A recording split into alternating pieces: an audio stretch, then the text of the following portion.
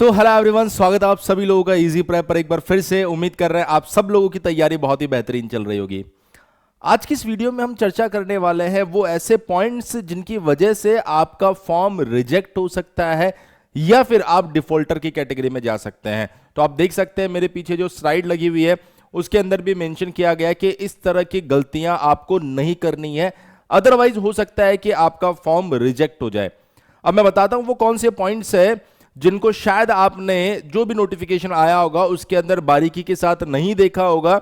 इन बातों का विशेष और स्पेशल आप लोगों को ध्यान रखना होगा। चलिए मैं बताता हूं।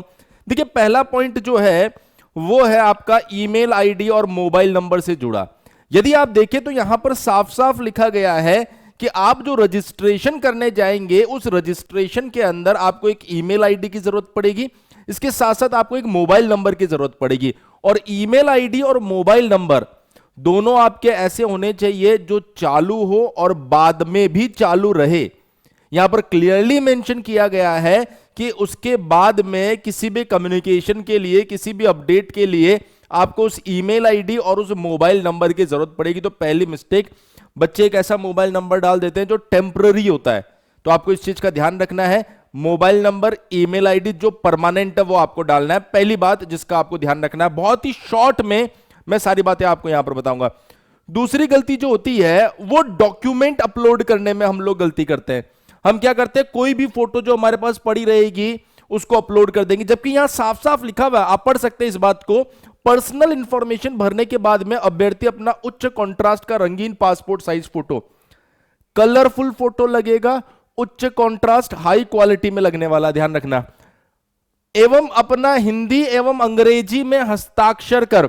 आप कुछ बच्चे हिंदी वाला डाल देंगे, कुछ बच्चे इंग्लिश वाला डाल देंगे, हिंदी और अंग्रेजी दोनों के साइन अपलोड होने वाले हैं। दिए गए निर्देश अनुसार स्कैन कर निर्धारित स्थान पर अपलोड करें। अब देखिए यहां पर क्या बोला गया है, फोटो प्ले कार्ड के साथ जिस पर आवेदक का नाम फोटो खिंचवाने की अंतिम तिथि होगी।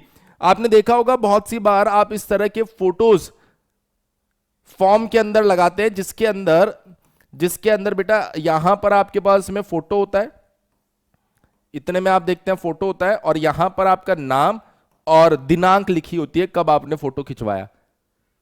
तो आपको उस तरीके का फोटो यहां पर लगाना पड़ेगा। अगर आप उस तरीके का फोटो नहीं लगा रहे हैं तो फिर कहीं ना कहीं वापस गलती हो जाएगी आपसे। तो दूसरी गलती फोटो में बच्चे करेंगे, कोई ब्लैक एंड व्हाइट फोटो लगा रहेगा, कोई ऐसा बच्चा होगा जिसने डायरेक्ट कोई भी फोटो लगा दिया होगा, जबकि वो मेंशन कर रहा है कि फोटो कलर्ड होनी चाहिए और क्लियर होनी चाहिए, उसके नीचे नाम और डेट होना चाहिए। और तीसरी सबसे बड़ी गलती जो मैं अक्सर देखता हूं और अक्सर लास्ट टाइम पर बच्चों के फोन भी आते हैं इसी चीज को लेकर, क्या है वो चीज, सर हमने जो पेमेंट है ना वो कर तो दिया, लेकिन ये वापस पेमेंट करने के लिए क्यों बोल रहा है। एक्चुअल में क्या होता है, हम में से बहुत सारे बच्चे ऐसे होंगे जो लास्ट टाइम पर जाके फॉर्म फिल करेंगे और लास्ट टाइम पर पेमेंट करेंगे जब सर्वर बहुत ज्यादा बिजी होता है। उस समय पर अक्सर आपके अकाउंट से पेमेंट डिडक्ट हो जाएगा लेकिन ट्रांसफर नहीं होगा, वो बैंक के एंड पर रोक लिया जाता है। सर्वर बिजी होने की वजह से किसी और कारण से वो बैंक में अटक जाता है, जो रिफंड इनिशिएट हो जाता है पर आपको पता नहीं चलता। अगर वहां तक पेमेंट नहीं पहुंचा तो कभी भी वहां पर पेमेंट सक्सेसफुल नहीं दिखाएगा। अब बच्चे को लगता है मेरे अकाउंट से पेमेंट डिडक्ट हो चुका है तो वहां चला गया होगा और इसी चक्कर में उसका पेमेंट कंप्लीट नहीं हो पाता, क्योंकि 6 से 7 दिन में वो पेमेंट वापस लौट के आ जाता है। तो आपने जो सोचा कि सर मैंने पेमेंट कर दिया होगा, वो पेमेंट हुआ ही नहीं। इसलिए इस चीज से बचने के लिए सबसे पहली चीज तो आपको यह ध्यान रखना है कि सर मुझे फॉर्म समय निर्धारित तारीख से बहुत पहले भर देना है। दूसरा इंपॉर्टेंट पॉइंट कि सर अगर बाई चांस मैं लेट हो गया हूं और पेमेंट में ऐसा कोई इश्यू आया जिसमें फिर से पेमेंट करने के लिए बोल रहा है, तो थोड़ी देर रुककर आप फिर से पेमेंट इनिशिएट कर दीजिए। जो पहले पेमेंट हुआ होगा वो ऑटोमेटिकली रिफंड आ जाएगा, आपको बिल्कुल भी टेंशन लेने की जरूरत नहीं होगी। तो वो बच्चे जो बिहार पॉलिटेक्निक एंट्रेंस एग्जाम का फॉर्म भरने वाले हैं, भले ही 10th के बाद में या फिर 12th के बाद में लेटरल एंट्री के साथ में, तो इन तीनों बातों का विशेष ध्यान रखिए। अदरवाइज ऐसा हो सकता है कि बाद में आपको फॉर्म रिजेक्शन तक को झेलना पड़े। इसलिए जरूरी है उस रिजेक्शन से बचने के लिए इन बातों का हम लोग ध्यान रखें। इसके साथ ही मैं आपको ये भी बताना चाहूंगा, यदि आप में से जो बच्चे ऐसे हैं जिन्होंने अभी तक इजी प्रेप के ऊपर लाइव बैचेस ज्वाइन नहीं किए तो बता देता हूं, वो बच्चे जो 10th के बाद में रेगुलर पॉलिटेक्निक के साथ में एंट्रेंस एग्जाम देना चाह रहे हैं, लाइक वो चाहते हैं कि सर मुझे रेगुलर पॉलिटेक्निक के लिए एंट्रेंस एग्जाम देना है, तो उन बच्चों के लिए इजी प्रेप के ऊपर मोस्ट अफोर्डेबल कोर्स 399 रुपीज में मिल रहा है, जो कि प्योर लाइव, पूरा लाइव, उसके बाद में आप उसको रिकॉर्डेड भी देख सकते हो। हिंदी में नोट्स बनाए जा रहे हैं, इंग्लिश में नोट्स बनवाए जा रहे हैं। इसके साथ साथ आपको 5000 एमसीक्यू सॉल्व करवाए जाएंगे, पीडीएफ नोट्स दिए जाएंगे, पीवाईक्यू सॉल्यूशन करवाए जाएंगे। इसके लिए आपको कुछ नहीं करना है। अच्छा, 10 अप्रैल से ये बैच चालू हुआ है, ये बैच जो है 10 अप्रैल से चालू हुआ है। एक और चीज बता देता हूं, वो बच्चे जो लेटरल एंट्री के थ्रू एडमिशन लेना चाहते हैं उनके लिए भी बैच अवेलेबल है इजी प्रेप के ऊपर। आपको सर्च करना है DECE, वहां पर बैच आ जाएगा। इसके अंदर हमने थ्योरी पार्ट में बहुत सारे चैप्टर ऐड कर दिए हैं, पूरी एमसीक्यू, मतलब एक तरीके से लगभग 4 से 5000 पीवाईक्यूज या एमसीक्यूज जो रहेंगे वो आपको सॉल्व करवाए जाएंगे लाइव, ताकि आपके कॉन्सेप्ट बेहतर हो सके। पीवाईक्यू सॉल्यूशन करवाए जाएंगे, पीडीएफ नोट्स दिए जा रहे हैं, और ये पूरा बैच जो है सिर्फ 499 रुपए में दिया जा रहा है।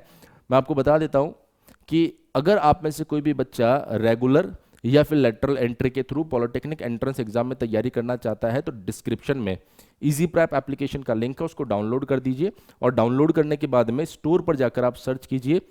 अगर आप रेगुलर वाले हैं तो DCECE, अगर आप लेटरल एंट्री वाले हैं तो आप सर्च करेंगे DECE। फिर भी मान लीजिए आपको कंफ्यूजन आता है कि सर मैं नहीं समझ पा रहा हूं कि मुझे कोर्स कैसे मिलेगा और क्या मुझे सर्च करना है, तो उन बच्चों को मैं बता देता हूं, आप हमारा हेल्पलाइन नंबर 7014639318 पर कॉल कर सकते हैं, या फिर वीडियो के डिस्क्रिप्शन में जो गूगल फॉर्म दिया गया उसको आप फिल कर सकते हैं। जैसे आप उसको फिल करेंगे हमारा एग्जीक्यूटिव आप तक अप्रोच कर लेंगे, लेकिन बेस्ट ऑप्शन मुझे लगता है आप खुद से फोन कर लीजिए। जैसे आप फोन करेंगे जो भी आपका कंफ्यूजन होगा वो हम दूर कर देंगे। मैं उम्मीद कर रहा हूं आज का इस वीडियो जिसके अंदर ये सारी बातें बताई गई है, ये आप लोगों के लिए काफ़ी हेल्पफुल रहा होगा। इन बातों का ध्यान रखकर फॉर्म फिल कीजिए। इसी तरह बिहार पॉलिटेक्निक एंट्रेंस एग्जाम या किसी भी पॉलिटेक्निक एंट्रेंस एग्जाम के लिए इजी प्रेप यूट्यूब चैनल को सब्सक्राइब करके जरूर रखिए, जहां पर आपको लेटेस्ट और अपडेटेड इंफॉर्मेशन प्रोवाइड करवाई जाती है। Once again thank you so much, बने रहिए इजी प्रेप पर।